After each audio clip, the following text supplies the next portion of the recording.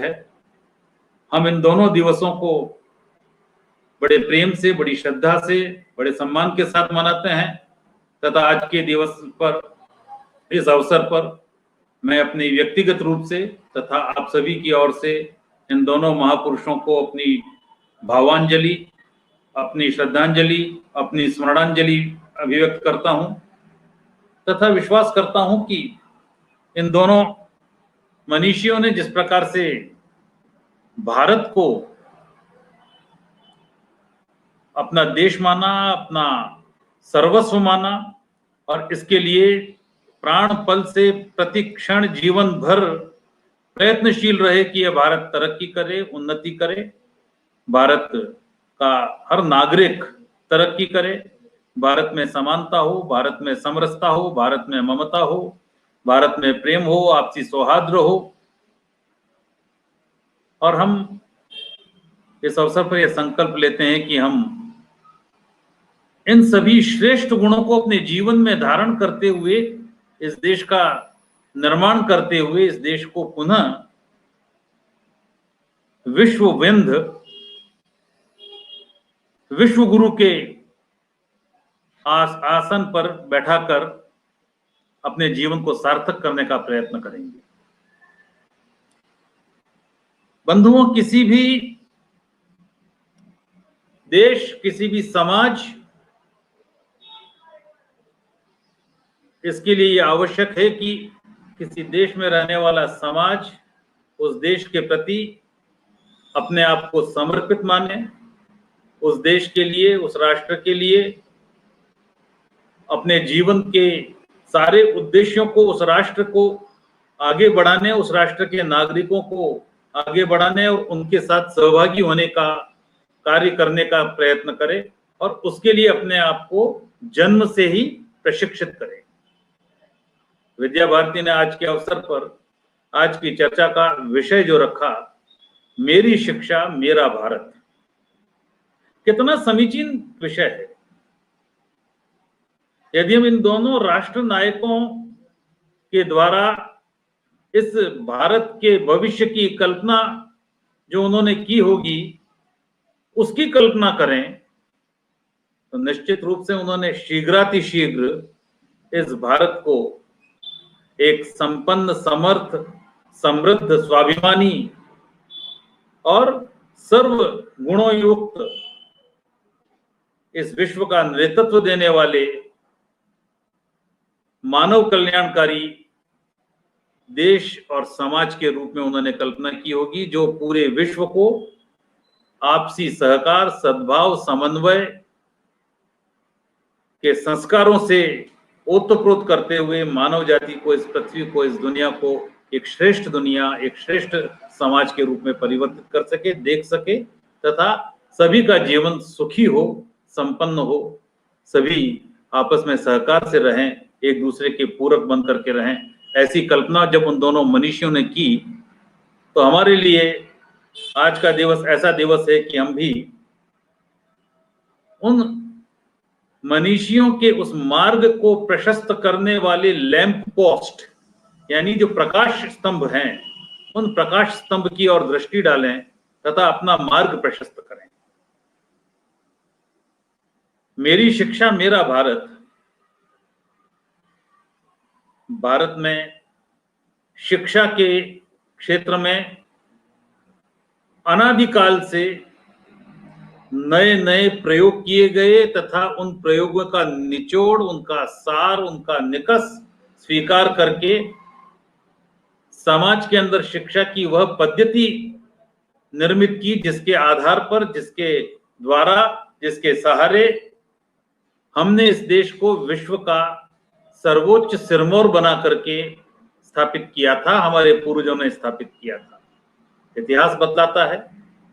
दुनिया के सभी लोग, सभी देशों के लोग भारत में आकर के शिक्षा ग्रहण करते तथा आगे जाकर के यहाँ के उच्च जीवन आदर्शों, उच्च जीवन मूल्यों को विश्व के अलग अलग क्षेत्र में प्रसारित करते, वहां के जीवन को श्रेष्ठ बनाते, वहां के लोगों को प्रबोधित करते उनको शिक्षित करते, उनका जीवन श्रेष्ठ बनाते। आजादी के पहले भारत के बारे में जो कल्पना विदेशों को थी, उस कल्पना से भारत से अधिक लाभ लेने के लिए विदेशी आक्रांता भारत में आए। लगभग 1400 वर्षों का हमारे ऊपर आक्रांताओं ने जो आक्रमण किए, उससे हमारे जनमानस को, हमारे देश को, हमारी व्यवस्थाओं को जो कष्ट सहने पड़े, उसका प्रभाव जो हम आज तक देखते आ रहे हैं, उनको हमने इतिहास में पढ़ा है, हमने जाना है। और हम जानते हैं कि करीब 300 वर्षों पूर्व तक भारत एक समृद्ध देश था। भारत सारे विश्व के आकर्षण का केंद्र था। भारत जहां की संपदा के लालच ने विश्व के कोने कोने से पर्यटकों को, अध्येताओं को और आक्रमणकारियों को आकृष्ट किया। उसी क्रम में अंग्रेज भी आए, और अंग्रेज आए तो वे आए तो एक व्यापारी के रूप में, पर हमारी कुछ कमजोरियों को, जो कि 1400 वर्षों के कालखंड में धीरे धीरे डेवलप हो गई थी, उनको जानकर यहां पर शासन करने, यहां भारत को गुलाम बनाने का उन्होंने सोचा। और उस दृष्टि से उन्होंने यहाँ की शिक्षा पद्धति पर आगाह करना प्रारंभ किया। उन्होंने पूरी रिसर्च के बाद पाया कि भारत की जो शिक्षा पद्धति है, यह स्वाभिमानी, समर्थ, संपन्न नागरिकों को तैयार करती। इस देश में, जैसा कि मैकाले ने जो यहाँ आया था ब्रिटिश शासन के प्रतिनिधि के रूप में और यहाँ का अध्ययन किया था, यहाँ के लिए एक शिक्षा नीति दी थी, उस मैकाले की शिक्षा नीति को लागू करने के पूर्व मैकाले ने लिखा कि भारत में ऐसी कोई जगह मुझे नहीं मिली जहां पर भूख हो, अशिक्षा हो, गरीबी हो, जहां पर लोगों में संस्कार और सदाचार नहीं हो। ऐसे देश को गुलाम बनाने के लिए मुझे यहाँ की शिक्षा नीति पर प्रहार करना पड़ेगा। और उसने एक शिक्षा नीति दी जो अंग्रेजियत की थी, अंग्रेजी परक थी, तथा उसने जो बताया कि मैं अंग्रेजी शासन को चलाने के लिए आवश्यक बाबुओं को तैयार करने वाली मैकाले की शिक्षा पद्धति के रूप में उसने जो शिक्षा पद्धति प्रपोज की, उसको यहाँ लागू करवाना चाहूंगा। मित्रों, वह शिक्षा पद्धति लागू ही बड़ा इतिहास का विषय है, लंबा विषय है। मैं इतना ही कहना चाहूंगा कि उस शिक्षा पद्धति ने हमारे स्वाभिमान को तरोहित किया। उस शिक्षा पद्धति के कारण से हमने बाबुओं को तैयार किया। वे बाबू जो चाहे सरकारी अधिकारी के रूप में बाबूगिरी करते थे, अथवा वे बाबू जो मानसिकता से बाबू थे, सरकारी शिक्षा प्राप्त करने के बाद अंग्रेजों की गुलामी की मानसिकता लेकर के देश में रह रहे थे। आजादी के बाद में जब स्वतंत्र भारत में भारत के निर्माण की बात हुई, तो समय समय पर अनेक शिक्षाविदों ने बैठ करके शिक्षा के बारे में चिंतन किया, और इस भारत के निर्माण के लिए, शिक्षा में परिवर्तन के लिए, शिक्षा की दिशा ठीक करने के लिए तात्कालीन आवश्यकताओं को सामने रखकर उन आवश्यकताओं की पूर्ति के लिए हमारे यहाँ पर विभिन्न आयोग बने। मुदगलियार आयोग, डॉक्टर राधाकृष्णन आयोग, 1968 का कोठारी कमीशन, 1986 का राजीव गांधी द्वारा गठित नई शिक्षा नीति, 1992 में उस नई शिक्षा नीति के रिव्यू के समीक्षा के लिए गठित समिति। इसके अतिरिक्त भी शिक्षा पर कई समितियां गठित की गई। जिनके बारे में मैं इतना ही कहना चाहूंगा कि इन सभी समितियों ने तात्कालिक स्तर पर चिंतन करके और जो कुछ भी सुझाया, जो कुछ भी रेकमेंड किया, उसको सरकारों ने लागू किया। उसका परिणाम ये हुआ कि हम आज तक उस मैकाले द्वारा जिस बीज को डाला गया, उस बीज से जो वृक्ष पनपा, शिक्षा नीति का जो पेड़ पनपा, हम उसी की कटाई छटाई करते रहे। हमने कोशिश करके एक ऐसा शिक्षा नीति का प्रारूप तैयार करने में विफल रहे जो भारत को ध्यान में रख करके किया गया। यद्यपि तात्कालीन उन सारी जिनका कि मैंने वर्णन किया और उसके अतिरिक्त जो कुछ भी कमीशन, जो कुछ भी आयोग, जो कुछ भी समितियां बैठी, उन्होंने तात्कालीन परिस्थितियों के ध्यान में रख करके अपनी अनुशंसाएं दी, पर एक दीर्घकालीन भारतोन्मुखी, भारत के लिए श्रेष्ठ नागरिकों को तैयार करने वाली, भारत को स्वाभिमानी, संपन्न, एक ऐसा राष्ट्र बनाना जो आत्मनिर्भर हो, ऐसी शिक्षा नीति का उसमें अभाव रहा। इस शिक्षा नीति के अभाव को ध्यान में रखकर हमारे यहां पर 2015-16 में शिक्षा में क्या परिवर्तन किए जाने चाहिए, क्या हम कर सकते हैं, इस हेतु केंद्र सरकार ने एक व्यवस्था की, और व्यवस्था जिसमें कि सुझाव मांगे और सुझाव पूरे देश से मांगे। पूरे देश की 2.5 लाख ग्राम पंचायतों से सुझाव मांगे, 6,600 ब्लॉक से सुझाव मांगे, 776 जिला केंद्रों से सुझाव मांगे। इन सभी स्थानों पर स्थानीय नागरिकों, बुद्धिजीवियों, प्रशासकों, शिक्षाविदों, शिक्षकों, इन सब से सुझाव मांगे। ऐसे सुझाव जिनकी की बहुत बड़ी संख्या थी, उन पर जनवरी 2015 से मई 2016 तक MHRD, मानव संसाधन विकास मंत्रालय ने विमर्श किया। हर सुझाव को ध्यान से देखा। शिक्षाविदों ने, शिक्षा प्रशासकों ने, शिक्षा नीति निर्धारकों ने, शिक्षकों ने, अनुसंधानकर्ताओं ने, वैज्ञानिकों ने, इन सब ने मिलकर के एक निष्कर्ष किया। और उसके बाद में जून 2017 में डॉक्टर कस्तूरी रंजन समिति ने एक रिपोर्ट तैयार करने का काम प्रारंभ किया। डॉक्टर कस्तूरी रंजन अंतरराष्ट्रीय ख्याति के वैज्ञानिक हैं, शिक्षाविद भी हैं, और 31 मई 2019 को उसका जो ड्राफ्ट आया, उस ड्राफ्ट को हमारी कैबिनेट ने स्वीकार किया, केंद्र सरकार की कैबिनेट ने स्वीकार किया। और उस ड्राफ्ट को स्वीकार करने के बाद में यह माना जा रहा है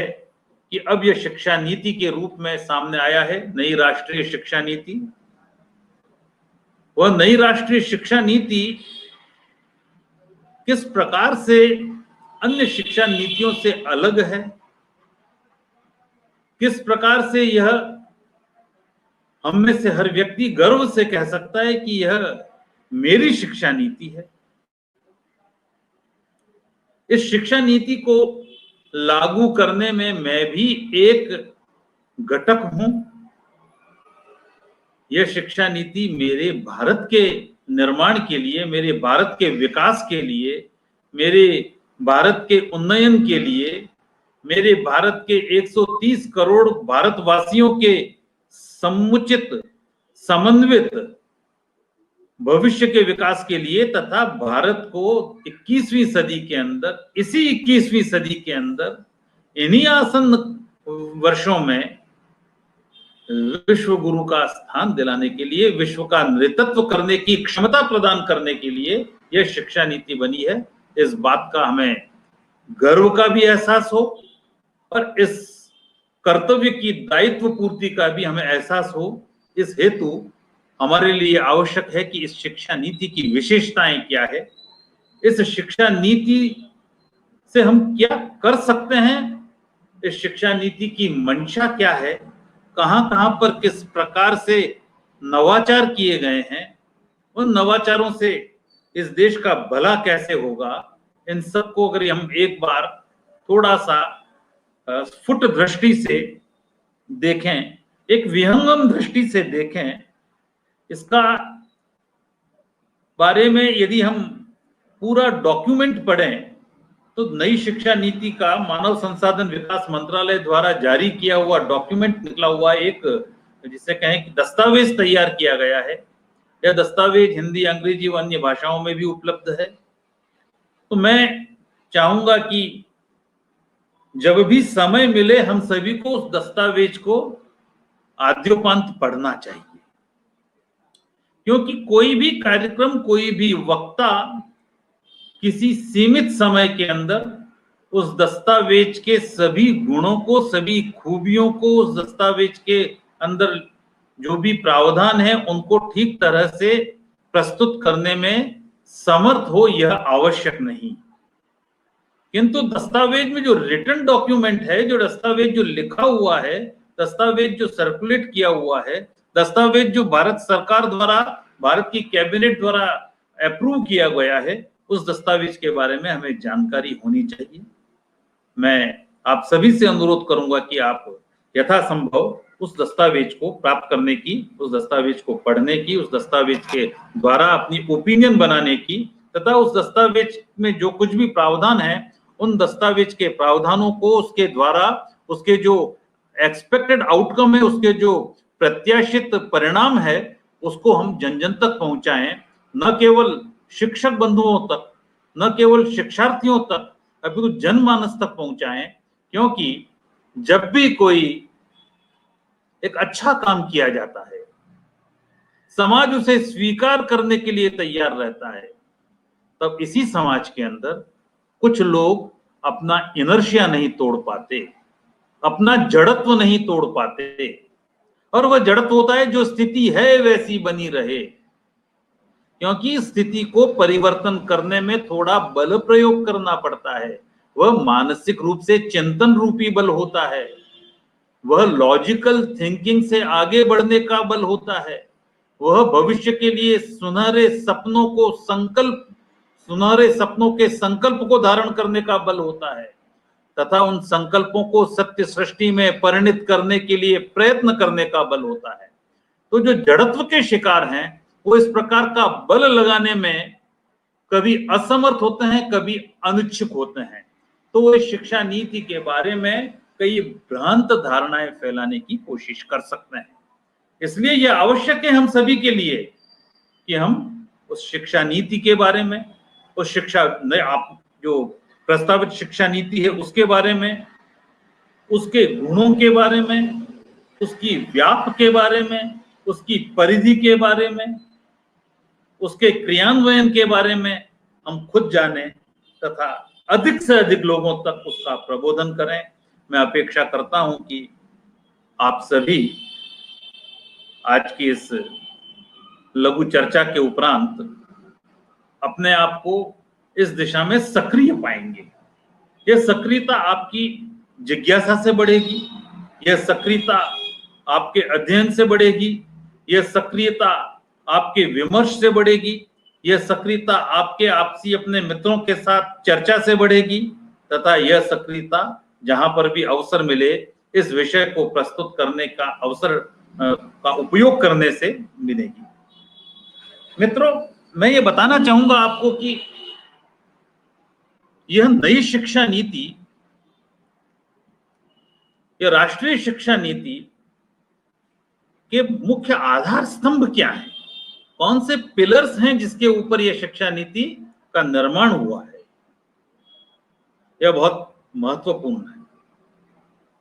यह शिक्षा नीति का निर्माण का पहला जो पिलर, पहला स्तंभ है, वह एक्सेस यानी पहुंच। शिक्षा सभी के लिए सुलभ हो, देश का हर नागरिक शिक्षित हो, देश में कोई अशिक्षित न रहे, बालक से लगा करके बड़ों तक उनको शिक्षा प्राप्त करने की समुचित सुविधा हो, पूरी सुविधा हो। तो ये पहला पिलर है एक्सेस, पहुंच। दूसरा पिलर होगा इक्विटी, समानता। समानता का अर्थ यानी शिक्षा प्राप्त करने के लिए सभी के पास समान अवसर हों। ऐसी स्थिति ना आए कि समाज का कोई वर्ग, समाज का कोई बंधु, समाज का कोई क्षेत्र शिक्षा प्राप्त करने के अवसरों से वंचित रह जाए। शिक्षा प्राप्त करना हर एक का अधिकार है, और शिक्षा प्राप्त करना हर एक का अधिकार है, तो उस अधिकार को उसे उपलब्ध कराया जाए, उस अधिकार का परिणाम, उस अधिकार की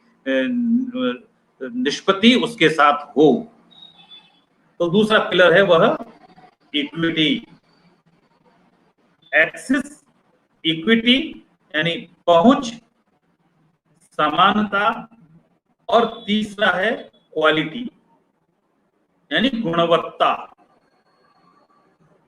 शिक्षा केवल दस्तखत करने आ गए, हस्ताक्षर करने आ गए, आदमी को साक्षर मान लिया गया, उसको वर्णमाला आ गई, उसको साक्षर मान लिया गया। ऐसी स्थिति से हट करके शिक्षा तक हर एक की पहुंच भी हो, समानता भी हो, और शिक्षा की गुणवत्ता भी हो। गुणवत्तापूर्ण शिक्षा, हम जिसे शिक्षित कहें, वह वास्तव में जिस स्तर तक, जिस पायदान तक पहुंचा है, उस पायदान तक पहुंचने योग्य और उससे जो भी प्राप्त करना है, वह प्रत्येक शिक्षित व्यक्ति, उस पायदान तक पहुंचे हुए व्यक्ति के पास उतनी जानकारी हो, उतनी क्षमता हो, उतना नॉलेज हो, और उस नॉलेज को अप्लाई करने के लिए दिशाएं हो। तो यह क्वालिटी हो, वह सारी गुणवत्तापूर्ण हो, गुणवत्ता में कहीं कोई कॉम्प्रोमाइज नहीं हो, कोई समझौता नहीं हो। अगला पायदान है उसका, वह है अफोर्डेबिलिटी, यानी जिसको हम अफोर्ड कर सकें, जिसको आप अफोर्ड कर सकें, जिसको मैं और आप, इसके अतिरिक्त समाज का हर वर्ग अफोर्ड कर सके। वह शिक्षा जो आंचलों में बैठा हुआ, वह स्थान जहां पर की सड़क अब तक नहीं पहुंची है, वह गांव जहां अभी तक बिजली न पहुंची हो, जहां पानी पीने की सुविधा पूरी न हो,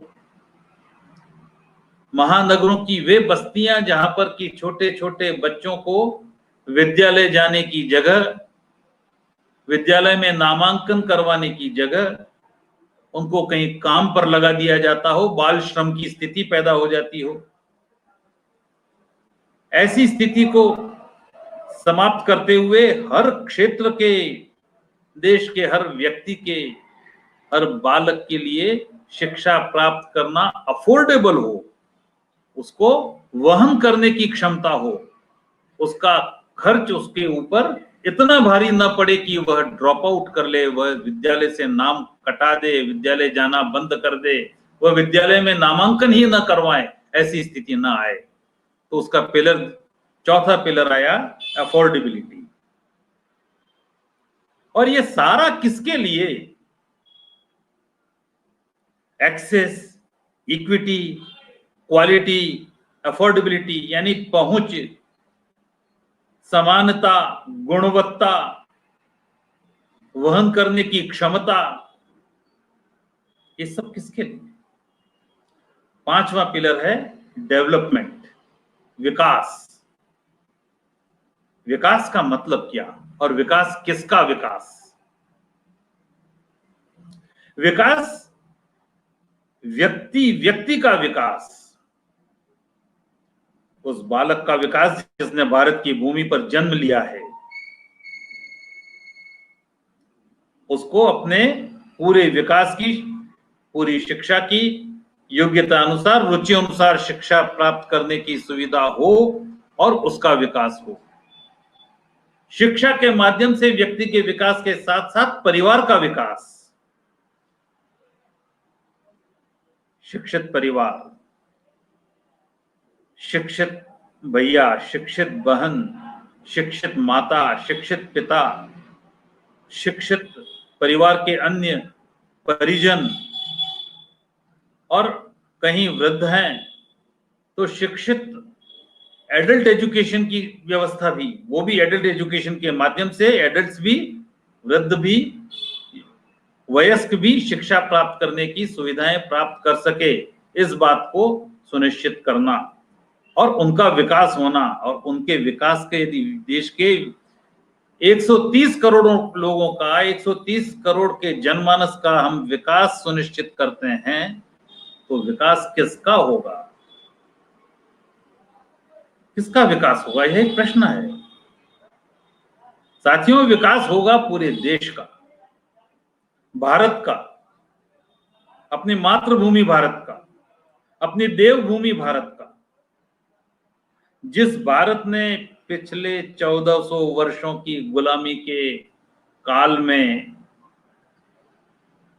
अपने आप को भुलाने की स्थिति में आ गया, वह भारत अपनी क्षमताओं को पहचाने, अपनी प्रतिभा को पहचाने, अपने कौशल को पहचाने,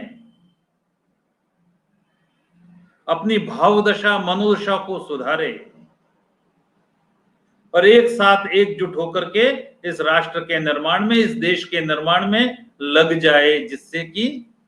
हमारा देश, हमारा राष्ट्र, यह भारत, यह पवित्र मातृभूमि भारत आगे बढ़ते हुए सभी जगह, सभी क्षेत्रों में, सभी प्रकार से विकास का एक नया मॉडल स्थापित करते हुए विश्व का नेतृत्व करने की क्षमता प्राप्त कर सके। ऐसे भारत का निर्माण हम इसी सदी में कर सकें। या ही देहा या ही डोला, या ही हम इसी देह से, इन्हीं आंखों से इस भारत को विकसित भारत के रूप में, इस भारत को विश्व वंद्य भारत के रूप में, विश्व गुरु भारत के रूप में देखें, जहां पर कोई भूखा नहीं सोए, जहां पर कोई अशिक्षित ना हो, कोई बेरोजगार ना हो, और भारत पुनः सोने की चिड़िया बनकर के अपने पुराने गौरव को प्राप्त कर सके। इसलिए विकास, व्यक्ति से लेकर के देश का विकास, संपूर्ण देश का विकास, गांव-गांव का विकास, शहरों का विकास और कुल मिलाकर के भारत का विकास। और ये भारत का विकास होगा तो उसका आधार, जो मैंने बताया कि देश का जब व्यक्ति शिक्षित होगा तो वह समाज, भारत का समाज, 130 करोड़ लोगों का समाज, इसको हम कहेंगे वाइब्रेंट नॉलेज सोसाइटी। एक वाइब्रेंट नॉलेज सोसाइटी बनकर के एक ज्ञान समाज, ज्ञान युक्त समाज, ज्ञान का सागर समाज बनकर के खड़ा होगा और पूरे विश्व में ये ग्लोबल नॉलेज सुपर पावर के रूप में, वैश्विक ज्ञान की महाशक्ति के रूप में भारत खड़ा होगा। और ये होगा तो किससे होगा? ये होगा holistic school and college education के माध्यम से, यानी समग्रता की विद्यालयी और महाविद्यालयी शिक्षा के माध्यम से। यह समग्रता की विद्यालयी और महाविद्यालयी शिक्षा का जो नया तंतु हमने ढूंढा है, जो नया थ्रेड हमने ढूंढा है, वह ढूंढा है मल्टी डिसिप्लिनरी एजुकेशन, बहुविषयक शिक्षा है। यह बहुविषयक शिक्षा 21वीं सदी की आवश्यकताओं को पूरा करने के लिए, वर्तमान सदी की 21 सदी आने वाली नहीं, वर्तमान सदी की आवश्यकताओं को पूरा करने के लिए, उस आवश्यकताओं को पूरा करने के साथ साथ हम अपने प्रत्येक विद्यार्थी में एक विशेष क्षमता का निर्माण कर सकें, यूनिक कैपेबिलिटी का प्रस्फुरण करने के लिए, उसका प्रकटन करने के लिए यह शिक्षा का दस्तावेज तैयार किया गया है। इस शिक्षा के दस्तावेज में जैसा कि आपको बताया कि universal compulsory education at school level, विद्यालय स्तर के ऊपर सभी के लिए कंपल्सरी यानी आवश्यक शिक्षा, और यह प्री प्राइमरी एजुकेशन से लगा करके 12वीं कक्षा तक की शिक्षा के लिए, हर एक के लिए सुलभ हो, यह इसमें बहुत महत्वपूर्ण अंग बनाया गया। इसका इस महत्वपूर्ण अंग को बनाने के लिए जो एक संकल्प लिया गया है, वह संकल्प है 100% एनरोलमेंट, 100% नामांकन। 100% नामांकन का केवल कागजी उद्देश्य न हो, 100% नामांकन व्यावहारिक और वास्तविक दृष्टि से सामने हो करके आए, इसके लिए भी इसके अंदर प्रावधान किए गए हैं। और उन प्रावधानों को जब आप डॉक्यूमेंट को पूरा पढ़ेंगे तब आपको ध्यान में आएगा। यहां पर आज के वर्तमान जो शिक्षा तंत्र जो प्रचलित है, उसके अंदर एक प्री प्राइमरी एजुकेशन, पूर्व प्राथमिक शिक्षा, जहां पर जैसे कहें कि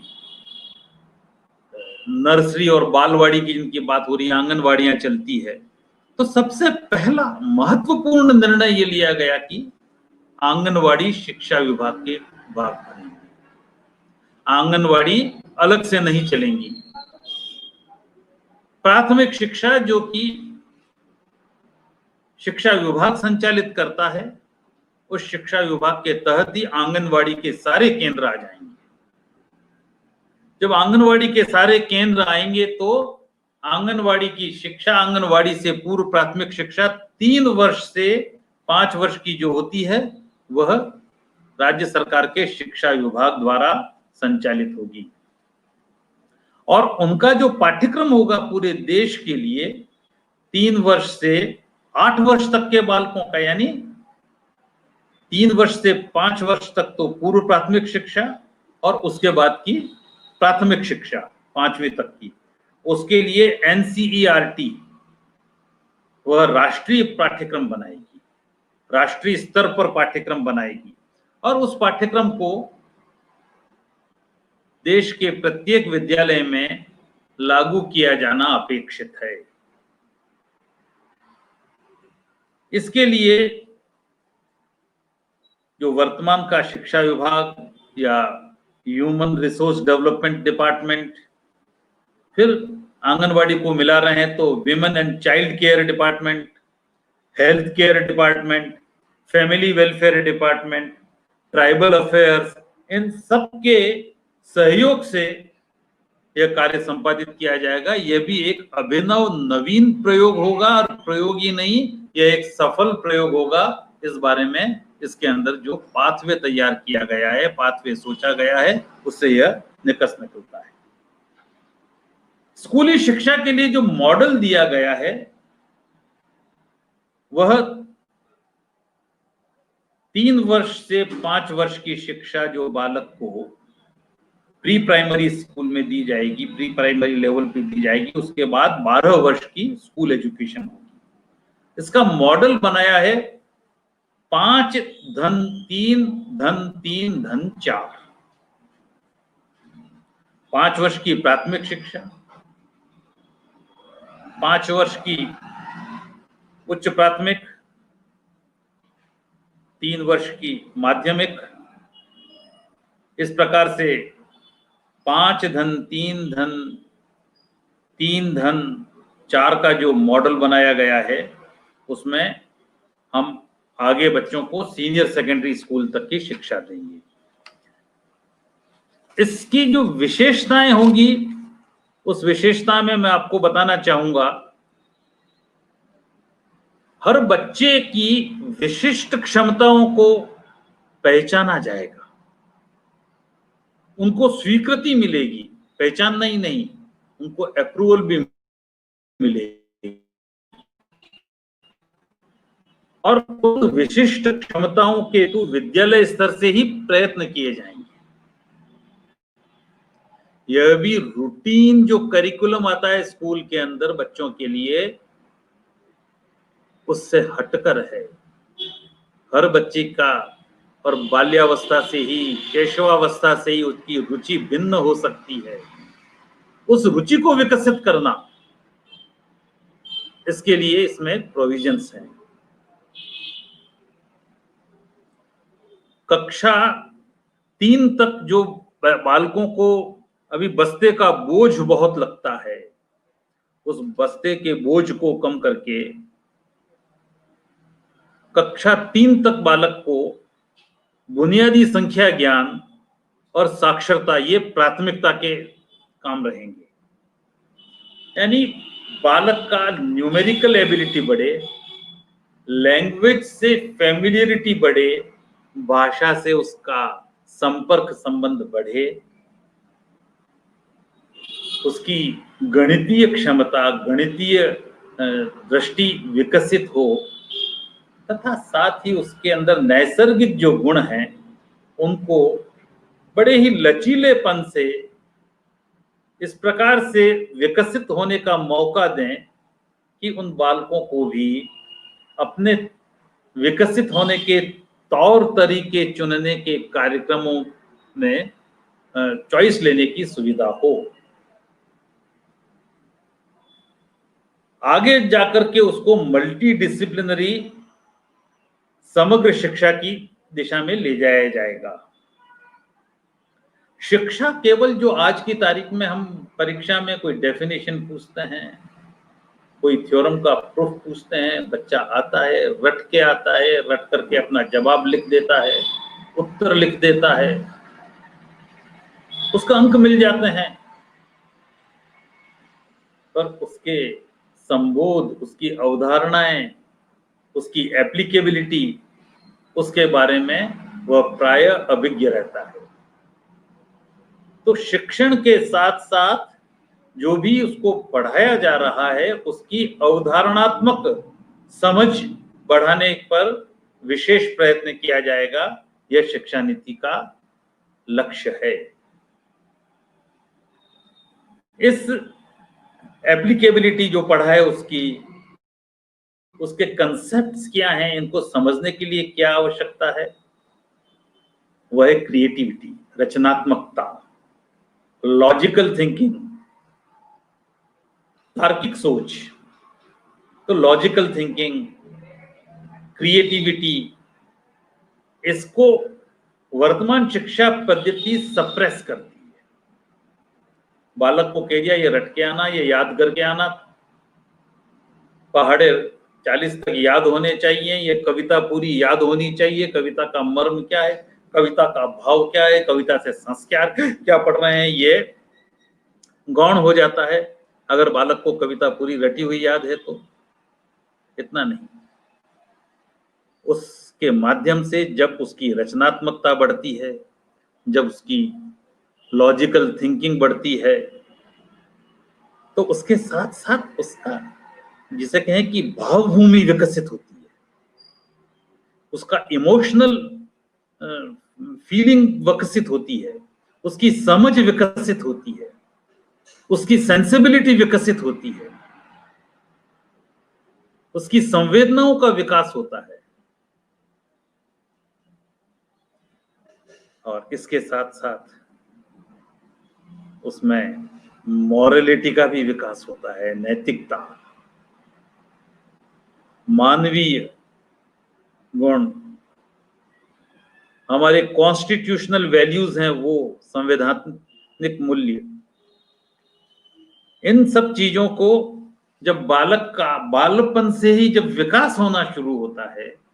और उसके लिए हम बैकग्राउंड देते हैं, उसके लिए हम उसको हवा पानी खाद ये देते हैं, पोषण देते हैं, तो आप सोच सकते हैं कि जो बालक का विकास होगा वह एक होलिस्टिक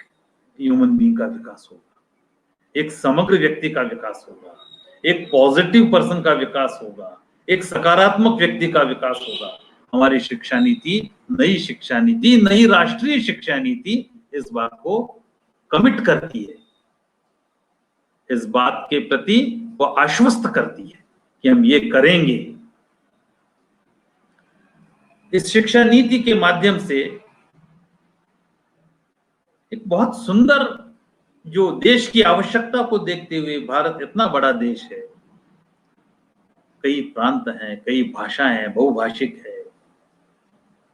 तो यहाँ पर बालक को विभिन्न भाषाएं सीखने का अवसर भी मिलेगा। वो विभिन्न भाषाएं सीखने का अवसर बालक को जब प्रदान किया जाएगा तो उसके लिए बताया गया है कि 3 लैंग्वेज फॉर्मूला दिया गया है, उसमें से 2 लैंग्वेजेस, 2 भाषाएं भारतीय भाषाएं सीखेगा, तीसरी भाषा उसकी चॉइस की हो सकती है। यहाँ अंग्रेजी को भारतीय भाषा नहीं माना है, व्यक्ति चाहे अंग्रेजी सीखे, व्यक्ति चाहे जर्मन सीखे, व्यक्ति चाहे फ्रेंच सीखे, रशियन सीखे, जो उसको पसंद है वो भाषा सीखे। आवश्यकता इस बात की है कि वहां उसको प्रशिक्षण की सुविधा हो, और जो 2 भाषाएं सीखेगा वह उसमें एक उसकी मदर टंग होगी, एक उसकी मातृभाषा होगी, कोई दूसरी भारतीय भाषा होगी। इस प्रकार से बहुभाषिक बैकग्राउंड के साथ हमारा जो बालक का विकास होगा विद्यालयों में, यह बहुभाषिक विकास व्यक्ति को देश के अन्य लोगों से, अन्य प्रांतों से सजीव संपर्क में रख पाएगा। जब हम लिंक लैंग्वेज की बात करते हैं तो भारतीय भाषाएं सभी कहीं न कहीं व्यक्ति के लिंक में आ जाएंगी। भारत को जानने में, भारत को मानने में, इस भारत को श्रेष्ठ बनाने में उसकी संवेदनाएं विकसित होंगी। इसके साथ ही जीवन कौशल शिक्षा, इन विद्यालयों में केवल ये नहीं होगा कि हम बालक को कुछ करिकुलम रटा देंगे। मैंने ऐसा ही बताया कि रटाने पर ध्यान नहीं है, इसमें समझने पर है, उसकी एप्लीकेबिलिटी पर है, और जीवन में कैसे जिया जाए, नैतिक जीवन कैसा हो, नैतिकता का पाठ कैसे पढ़े, जीवन में नैतिकता को कैसे धारण करे, और जीवन में आने वाली समस्याओं का निराकरण जो कुछ भी सीखा है, पढ़ा है, पर्यावरण से जाना है, परिवेश से जाना है, वातावरण से जाना है, परिवार में जाना है, समाज में जाना है, उसको जान करके अपने जीवन मूल्यों के साथ उनका सामंजस्य बैठा करके जीवन में आने वाली चुनौतियों का सामना कैसे करे, वह जीवन कौशल का कुशल योद्धा बनकर के हमारा बालक कैसे सामने आए, उसके बारे में चिंता इस शिक्षा नीति में की गई है। यह शिक्षा नीति जैसा कि अभी होता है, हम क्या करते हैं, बच्चे को स्कूल में एडमिशन कराया, बच्चा थैला लेकर के स्कूल जाता है, बस्ता लेकर के स्कूल जाता है, कुछ उसमें रहता है, स्कूल में कुछ पढ़ता है,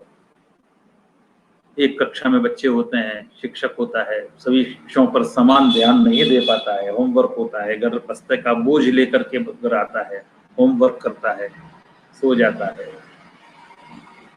टेस्ट होता है, हाफ ईयरली एग्जाम होते हैं, वार्षिक एग्जाम होते हैं, उसके अंदर अंक दे दिए जाते हैं। टेस्ट के पहले बच्चे को पेरेंट्स कहीं ट्यूशन करवा देते हैं, कहीं खुद पढ़ा देते हैं, उसको रटा देते हैं, टेस्ट में लिख के आ गया, नंबर जुड़ गए, नंबर आ गए, फाइनल मार्कशीट में फाइनल एग्जाम के नंबर के साथ जुड़ गए, डिवीजन आ गया, अगर बच्चा आ गया, हमने तालियां बजा दी, उसके अंक बन गए, वो क्लास में कौन सी स्थिति में आया है इस पे हमें प्रसन्नता हो गई, कुछ निचली स्थिति में आया है तो हम उसको मोटिवेट करेंगे, कभी दुख भी प्रकट करेंगे, यह व्यक्ति के सीखने के आकलन का सही तरीका नहीं है। उसका सतत मूल्यांकन चाहिए। सतत मूल्यांकन, दैट इज कंटिन्यूअस इवैल्यूएशन, कक्षा में, कक्षा के बाहर, खेल के मैदान में, सहपाठियों के साथ उसका व्यवहार, उसकी गतिविधियां, जिनको कि आज हम एक्स्ट्रा करिकुलर और को करिकुलर एक्टिविटीज मानते हैं, सह शैक्षिक एवं शैक्षणेतर गतिविधियां मानते हैं,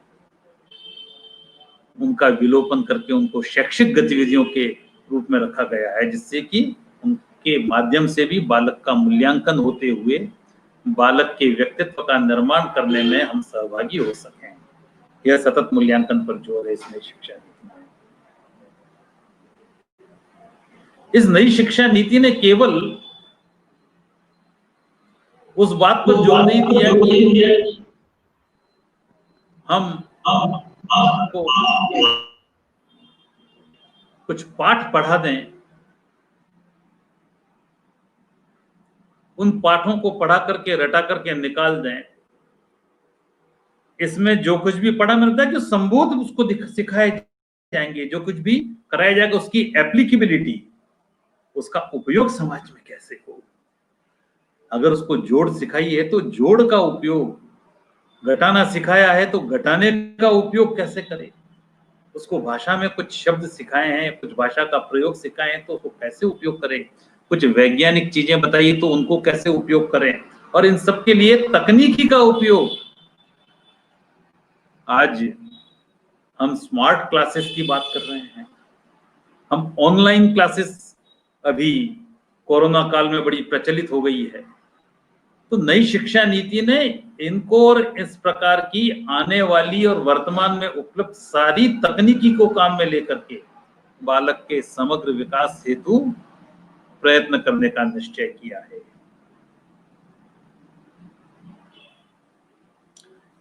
और इतना ही नहीं, जो करिकुलम होगा, पाठ्यक्रम होगा, उसमें शिक्षा शास्त्र और शिक्षा नीति के जो स्टैंडर्ड प्रिंसिपल्स हैं उनकी एप्लीकेबिलिटी एंश्योर की जाएगी। यह बहुत महत्वपूर्ण बात है, क्योंकि इस पूरे क्रम के अंदर आज तक इनको इग्नोर किया गया। मैं उसमें इतना ही कहूंगा कि जो भी शिक्षा नीतियां बनी तात्कालिक आवश्यकता के अनुसार बनी है। आज की आवश्यकता यह है कि भारत विश्व का नेतृत्व करे, भारत के अंदर हर व्यक्ति सक्षम हो, फिजिकली फिट हो, मेंटली फिट हो, इमोशनली फिट हो, स्पिरिचुअली फिट हो, वह उद्यमी हो, अध्यवसायी हो, इन सब चीजों